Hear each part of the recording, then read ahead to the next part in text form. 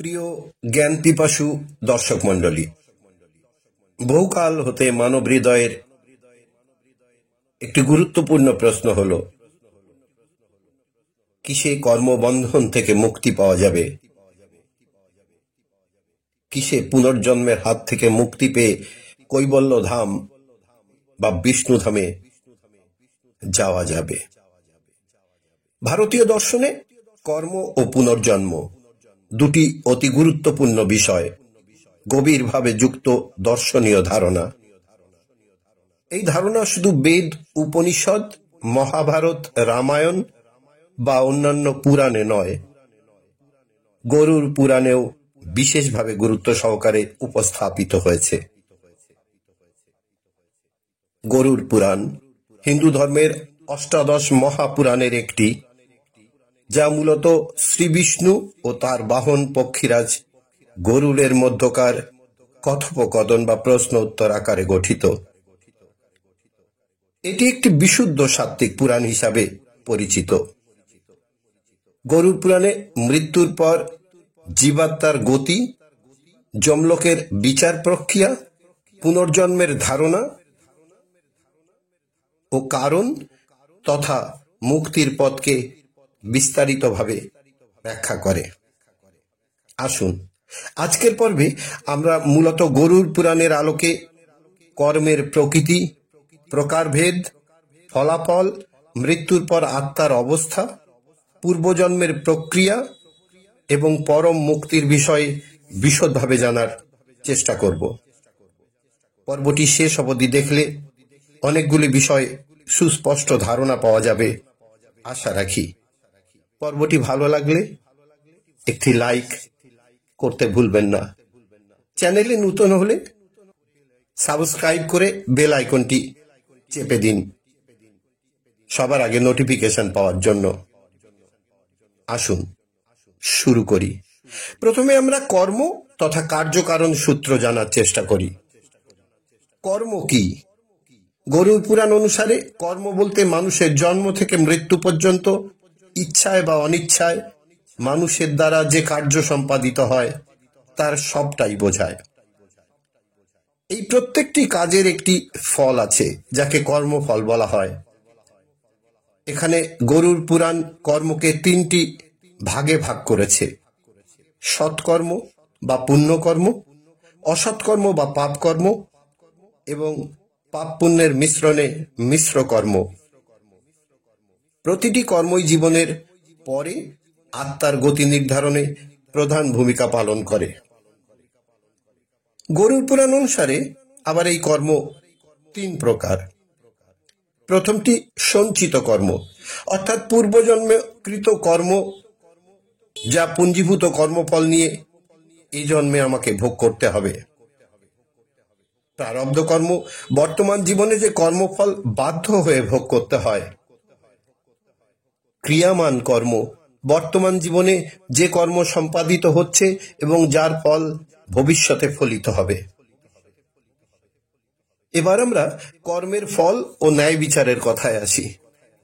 পুরাণে বলা হয়েছে, প্রত্যেক আত্মা তার কর্ম অনুসারে ফল লাভ করে।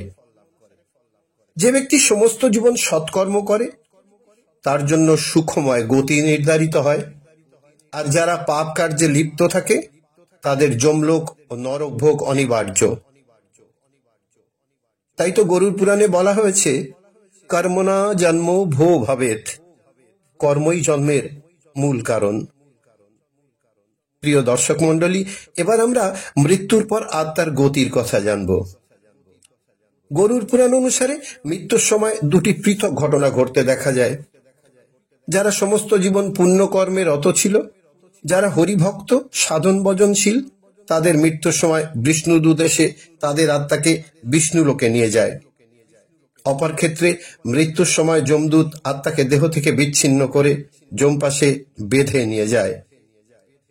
মুহূর্তকালের মধ্যে স্বর্গ, নরক ইত্যাদি দর্শন করিয়ে আবার মর্তে নিয়ে আসে। পরবর্তী 11 দিন ধীরে ধীরে ওই আত্মার একটা নূতন শরীর গঠিত হয়, যাকে অতিবাহক শরীর, সূক্ষ্ম দেহ বা যাতনা দেহ বলে, এবং ওই সূক্ষ্ম শরীর পর্যায়ে তাকে নানা দুঃখ কষ্ট ভোগ করতে হয়। মৃত্যুর পর 13 দিনে আত্মা যমলোকের পথে যাত্রা শুরু করে। এই যাত্রাপথ সৌম্য পথ ও অসৌম্য পথ দুই রকমের হতে পারে। পুণ্যবান আত্মারা সৌম্য পথে এবং পাপিষ্ঠরা অসৌম্য পথে যাত্রা করে। ইয়মনগরী পৌঁছানোর পর যমরাজ প্রতিটি আত্মার বিচার করেন চিত্রগুপ্তের সহায়তায়। চিত্রগুপ্ত আত্মার সমস্ত কর্মফল লিখিত আকারে যমরাজের কাছে প্রস্তুত করেন। সেখানে সৎ ও অসৎ কর্মের ভিত্তিতে আত্মার পরবর্তী গন্তব্য নির্ধারিত হয়। এবার নরক, স্বর্গ ও পুনর্জন্মের কথায় আসি। প্রথমে নরকের কথা বলছি। প্রিয় দর্শক মণ্ডলী, বিভিন্ন পুরাণে অসংখ্য নরকের বর্ণনা থাকলেও গরুড় পুরাণে প্রধানত 28টি নরকের উল্লেখ আছে। সেগুলি যথাক্রমে তামিশ্র, অন্ধতামিশ্র, রৌরব, মহারৌরব, কুম্ভীপাক, কালসূত্র, অশিপত্রবন, শুকরমুখ, অন্ধকূপ, কৃমিভোজন, সংদংশ, তপ্তশর্মী, বজ্রকণ্টক শালমলী, বৈতরণী, পয়োধ, প্রাণরোধ, বিষমন, লালা বক্ষ, সারমেয়াদান, অবিচি, আয়পান, খারকর্দম, রক্ষগণ ভোজন, শূলপ্রত, দন্তসুখ, অবত নিরোধন, পর্যাবর্তন ও সূচিমুখ।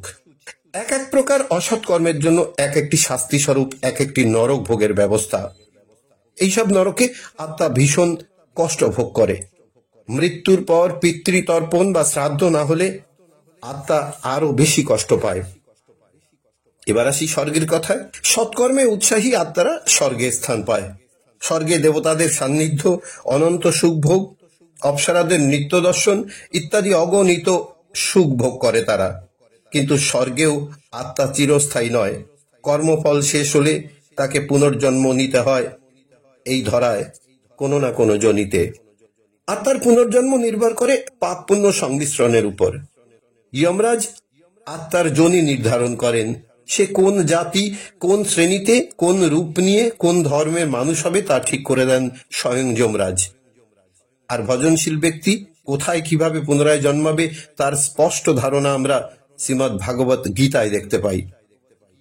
গরুড় পুরাণে বলা হয়েছে জীবনের প্রকারভেদ 84 লক্ষ যোনিতে। এর মধ্যে বিশেষ যোনিগুলো হলো দেবযোনি, সৎকর্মের ফল; মানবযোনি, সমতা ও সংস্কার যুক্ত কর্মের ফল; পশুযোনি, অবদানহীন ও পাপ কর্মের ফল; নীচ যোনি, গভীর পাপে লিপ্ত হলে। এই যোনিতে কৃমি কীটপতঙ্গ রূপে জীব পুনর্জন্ম পায়। এবার আত্মার মুক্তি বা মোক্ষের কথায় আসা যাক। গরুড় পুরাণ অনুসারে আত্মার চূড়ান্ত লক্ষ্য হল মুক্তি বা মোক্ষ প্রাপ্তি, যা জন্ম মৃত্যুর চক্র থেকে আত্মাকে চিরতরে মুক্ত করে দেয়। যিনি কর্মফলের বন্ধন কাটিয়ে ভগবানের অনন্য শরণ গ্রহণ করেন তিনি মুক্তি পান। সৎ চরিত্র, ধর্মানুষ্ঠান, গীতা পাঠ, ব্রাহ্মণ সেবা, পিতৃতর্পণ এবং বিষ্ণু ভক্তি মোক্ষের পথকে সুগম করে তোলে। গরুড় পুরাণ অনুসারে বিষ্ণু স্মরণে সমস্ত পাপ বিলীন হয় এবং আত্মা মুক্তি পায়। মৃত আত্মার শান্তির জন্য 11 দিন, 1 মাস, 1 বছর ইত্যাদি সময়ে শ্রাদ্ধ তর্পণ করতে হয়। এগুলির মাধ্যমে আত্মা পরজন্মের দিকে নির্ভয়ে যেতে পারে। যারা সত্য, অহিংসা, ভক্তি, জপ, ধ্যান, দান, দয়া পালন করেন মৃত্যুর পর তাদের আত্মা কৈবল্য ধামে অর্থাৎ বিষ্ণুলোকে গমন করেন। সেখানে তারা চিরকালীন সুখে প্রতিষ্ঠিত হয়। এবার কর্ম ও পুনর্জন্মের বাস্তব প্রভাবের কথা বলবো। গরুড় পুরাণ কর্ম ও পুনর্জন্মকে শুধু আধ্যাত্মিক দিক দিয়ে নয়, সামাজিক ও নৈতিক শিক্ষাও প্রদান করে। প্রতিটি কর্মের ফল আছে এবং তা সুদূর প্রসারী। মিথ্যা, লোভ, হিংসা, অবজ্ঞা এগুলি শুধু পাপই নয়, ভবিষ্যতের দুর্গতির মূল কারণ হয়ে দাঁড়ায়।